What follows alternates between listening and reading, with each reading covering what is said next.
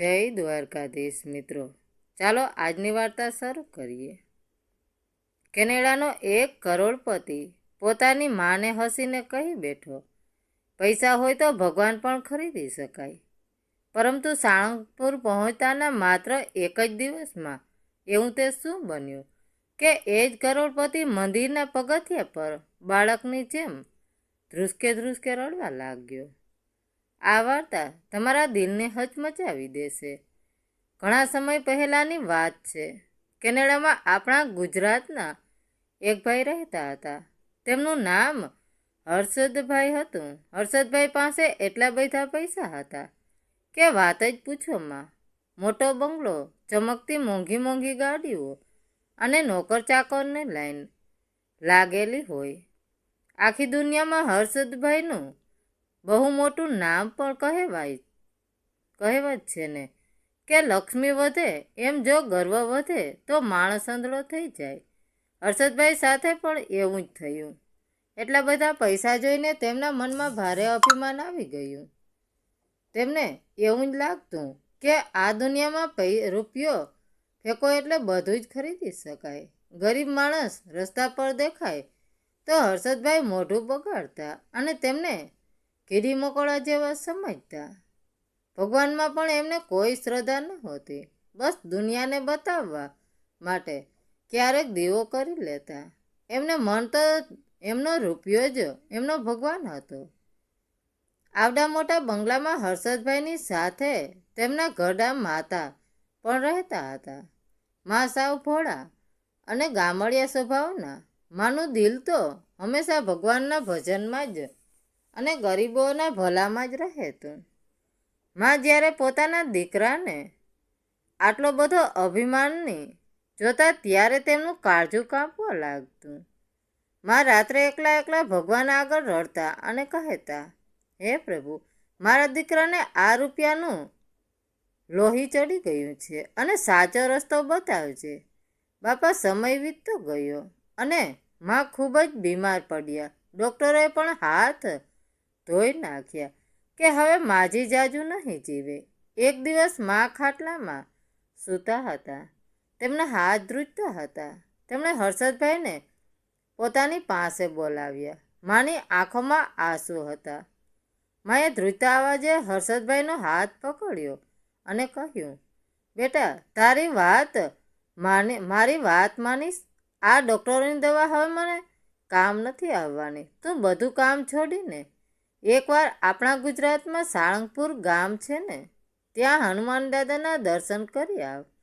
એ કષ્ટન ભજન દેવ છે. તારું આખું જીવન બદલાઈ જશે બેટા.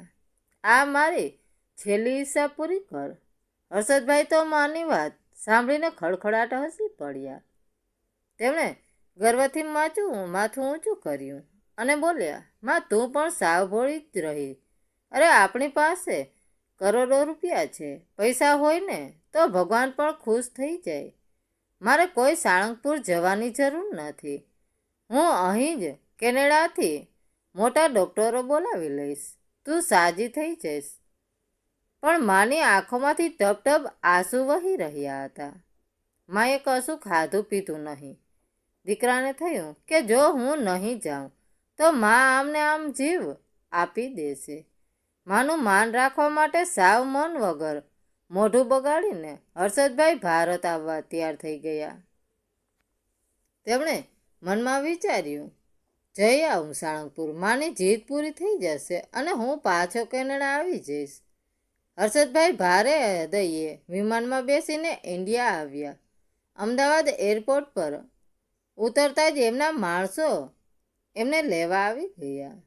હર્ષદભાઈના મનમાં હજુ પણ એ જ ઘમંડ હતો કે હું તો બહુ મોટો માણસ છું. તે ગાડીમાં બેસીને સાળંગપુર તરફ રવાના થયા. એમને ખબર નહોતી કે સાળંગપુરના એ દાદા જે ગરીબોના બેલી છે, તે આજે આ કરોડપતિના અહંકારના કિલ્લાને માટીમાં મેળવવાની તૈયારી કરીને બેઠા છે. જેમ જેમ ગાડી સાળંગપુર નજીક પહોંચવા લાગી તેમ તેમ આકાશમાં કાળા ડિબાંગ વાદળો ઘેરાવા લાગ્યા. જાણે કુદરત પણ કોઈ મોટો વળાંક લાવવાની રાહ જોઈ રહી હતી. હર્ષદભાઈની ગાડી સાળંગપુરમાં ગામમાં પાદરમાં પહોંચી.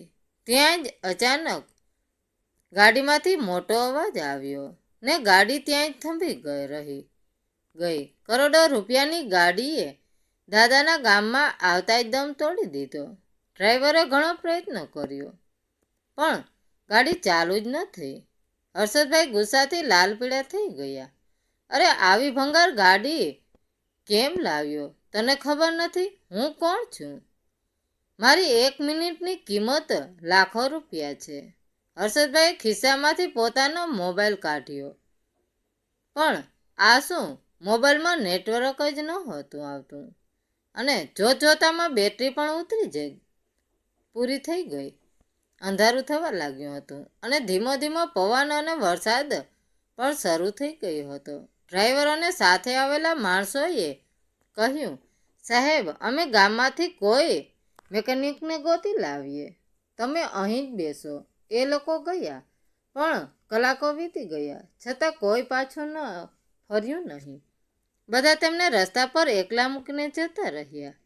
જે હર્ષદભાઈની આગળ પાછળ નોકરો ફરતા એ આજે અંધારમાં સાવ એકલા પડી ગયા હતા. તેમને કળકળતી ભૂખ લાગી હતી અને તરસથી ગળું સુકાતું હતું. આખી જિંદગી મિનરલ વોટર પીવાવાળા હર્ષદભાઈ આજે રસ્તા પર પાણીના એક એક ટીપા માટે તરસી રહ્યા હતા. પૈસાનું અભિમાન અહીં સાવ નકામું સાબિત થઈ ગયું હતું. કરોડપતિ સાહેબ આજે લાચાર બનીને રસ્તા પર ઊભા હતા. કંટાળીને તે ધીમે ધીમે ચાલતા ચાલતા મંદિર તરફ ગયા. રાત પડી ગઈ હતી. મંદિરની બહાર ચંપલ સાચવવાની એક નાની જગ્યા હતી. ત્યાં એક સાવ દુબળો પાતળો ફાટેલા કપડાં પહેરેલો ઘરડો માણસ બેઠો હતો. એ દાદાનું નામ રામજી બાપા. રામજી બાપાએ જોયું કે એક મોટો માણસ થાકેલો, હાંફતો અને પરસેવે રેબઝેબ થઈને ઊભો છે. બાપા તરત દોડીને ગયા અને ખૂબ જ પ્રેમથી બોલ્યા, અરે ભાઈ, શું થયું? તમે બહુ થાકી ગયા લાગો છો. લ્યો આ માટલાનું ટાઢું પાણી પીવો. હર્ષદભાઈ, જે હંમેશા ગરીબો માણસને ધુતકારતા અને કીડી મકોડા સમજતા, તેમણે આજે કોઈ પણ વિચાર કર્યા વગર એ ગરીબના હાથમાંથી પાણીનો લોટો લઈને ગટગટાવી ગયા. એમને થયું જાણે કોઈએ અમૃત પીવડાવી દીધું. રામજી બાપા પારખી ગયા કે આ ભાઈ ખૂબ ભૂખ્યા છે અને થાકેલા છે. બાપાએ હર્ષદભાઈનો હાથ પકડ્યો અને કહ્યું, હાલો ભાઈ, મારું ઘર સાવ નજીક જ છે. રાત બહુ થઈ ગઈ છે અને વરસાદ પણ આવે છે. આજની રાત મારા ગરીબના ઘરે રોકાઈ જાઓ. હર્ષદભાઈ પાસે બીજો કોઈ રસ્તો નહોતો એટલે એ ચૂપચાપ બાપાની સાથે ચાલવા લાગ્યા. બાપાનું ઘર સાવ કાચું અને નાનું હતું. છાપરામાંથી એક બાજુ પાણી ટપકતું હતું. બાપાએ ઘરમાં જઈને ફટાફટ ચૂલો સળગાવ્યો અને ગરમા ગરમ બાજરાનો રોટલો અને ડુંગળીનું શાક બનાવ્યું. 5 સ્ટાર હોટલમાં ચાંદીની થાળીમાં જમનાર હર્ષદભાઈ આજે એક માટીના વાસણમાં રોટલો ખાવા બેઠા.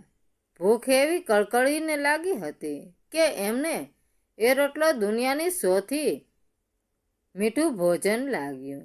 બાપા પોતે ભૂખ્યા રહ્યા અને ઘરમાં જેટલું જમવાનું હતું એ બધું જ હર્ષદભાઈને પ્રેમથી ખવડાવી દીધું. પછી પોતાની ફાટેલી ગોદડી હર્ષદભાઈને ઓઢાડીને સુવડાવ્યા અને પોતે ઠંડીમાં એક ખૂણે બેસી રહ્યા. બીજા દિવસે સવારે પંખીઓના અવાજથી હર્ષદભાઈની આંખો ખુલી. એમણે જોયું તો રામજી બાપા હજુ એક ખૂણામાં સૂતા હતા. તેમને બહુ જ ખાંસી આવતી હતી. બાપાના ઓશિકા પાસે એક કાગળ પડ્યો હતો. હર્ષદભાઈએ એ કાગળ વાંચ્યો તો એ દવાની ચિઠ્ઠી હતી. સાથે બાજુના કરિયાણાની દુકાનવાળાની એક કાપલી હતી જેમાં લખ્યું હતું, રામજી બાપા, તમે તમારી દવાના પૈસામાંથી આ અજાણ્યા મહેમાન માટે લોટ અને શાકભાજી લઈ ગયા છો, પણ હવે દવા વગર તમારી ખાંસી મળશે નહીં. ઓ બાપા. આ કાપલી વાંચતા જ હર્ષદભાઈના પગ નીચેથી જમીન સરકી ગઈ. એમના હાથ ધ્રુજવા લાગ્યા. એક ગરીબ માણસ જેની પાસે 2 ટક ખાવાના ફાફા છે, તેણે પોતાની બીમારીની દવાના પૈસા મને જમાડવામાં વાપરી નાખ્યા અને પોતે ભૂખ્યા રહીને મને ખવડાવ્યું. હર્ષદભાઈના ગળામાં ડૂમો ભરાઈ ગયો. તેમનું હૃદય જોર જોરથી રડવા લાગ્યું. જે અઢળક પૈસાનો એમને અહંકાર હતો, તે પૈસા કાલે રાત્રે એમને ભૂખ કે તરસ બચાવી ન શક્યા, પણ આ ગરીબ માણસના નિસ્વાર્થ પ્રેમ એમને બચાવી લીધો. પહેલીવાર હર્ષદભાઈની આંખોમાં પોતાના ખરાબ વર્તન પર પસ્તાવાના આંસુ આવ્યા. એમના અહંકારનો કિલ્લો હવે ધીમે ધીમે તૂટીને રેતીની જેમ વિખરાઈ રહ્યો હતો. દવાની ચીઠ્ઠી હાથમાં લઈને તે રામજી બાપા પાસે ગયો. રામજી બાપા હજુ ખાંસી ખાતા હતા. હર્ષદભાઈ જઈને એ ગરીબ બાપાના પગ પકડી લીધા અને રડવા લાગ્યા. રામજી બાપા બેઠા થઈ ગયા અને બોલ્યા, અરે ભાઈ, આ શું કરો છો? તમે તો મોટા માણસ છો, મારા પગમાં ન પડાય. હર્ષદભાઈ રડતા રડતા બોલ્યા, બાપા, હું મોટો માણસ નથી, હું તો સાવ કંગાળ છું. મારી પાસે કરોડો રૂપિયા છે, પણ તમારા જેવું દિલ મારી પાસે નથી. હર્ષદભાઈ બાપાને લઈને તરત જ સાળંગપુર હનુમાનદાદાના મંદિરે ગયા. આજે તેઓ કોઈ કરોડપતિ સાહેબ બનીને નહીં, પણ એક સામાન્ય માણસ બનીને દાદાના દરબારમાં ઊભા હતા. તેમણે દાદાની મૂર્તિ સામે હાથ જોડ્યા અને પહેલીવાર સાચા દિલથી પ્રાર્થના કરી. એ જ વખતે અચાનક તેમનો ડ્રાઈવર દોડતો આવ્યો. તેનો ચહેરો સાવ ઉતરી ગયો હતો. તેણે હર્ષદભાઈના હાથમાં ફોન આપતા કહ્યું, સાહેબ, કેનેડાથી તમારા ઘરનો ફોન છે. ક્યારનો ફોન લાગતો ન હતો. હર્ષદભાઈના મનમાં ફાળ પડી. ધ્રુજતા હાથે તેમણે ફોન કાને મૂક્યો. સામેથી તેમના એ નોકરનો અવાજ આવ્યો, સાહેબ, જલ્દી પાછા આવી જાઓ. બા હવે આ દુનિયામાં નથી રહ્યા. રાત્રે જ એમનો શ્વાસ તૂટી ગયો. આ શબ્દો સાંભળતા જ હર્ષદભાઈના હાથમાંથી ફોન છૂટીને નીચે પડી ગયો. એમના પગ નીચેથી જમીન ખસી ગઈ. ફોન પર પેલો નોકર હજુ રડતા રડતા કહી રહ્યો હતો, સાહેબ, બા જ્યારે છેલ્લો શ્વાસ લેતા હતા ને, ત્યારે તેમના છેલ્લા શબ્દો બસ આટલા જ હતા કે મારા દીકરાનું અભિમાન એક દિવસ હનુમાન દાદા જરૂર ઉતારશે. મારો કષ્ટભજન એને સાચો રસ્તો બતાવશે. બસ આટલું બોલીને બાયો આંખો મીચી દીધી. આ શબ્દો સાંભળીને હર્ષદભાઈ હનુમાન દાદાના મંદિરમાં પગથિયા પર ફસડાઈ પડ્યા. જે માણસ ગઈકાલ સુધી રૂપિયાના નશામાં છાતી કાઢીને ચાલતો હતો, તે આજે પગથિયા પર માથું પછાડીને એક નાના બાળકની જેમ ધ્રુસકે ને ધ્રુસકે રડી રહ્યો હતો. હે માં, મને માફ કરી દે. માં, તું સાચી હતી. માં, આ પૈસા કોઈ કામના નથી. હું પૈસા કમાવા માણસાઈ જે ભૂલી ગયો હતો.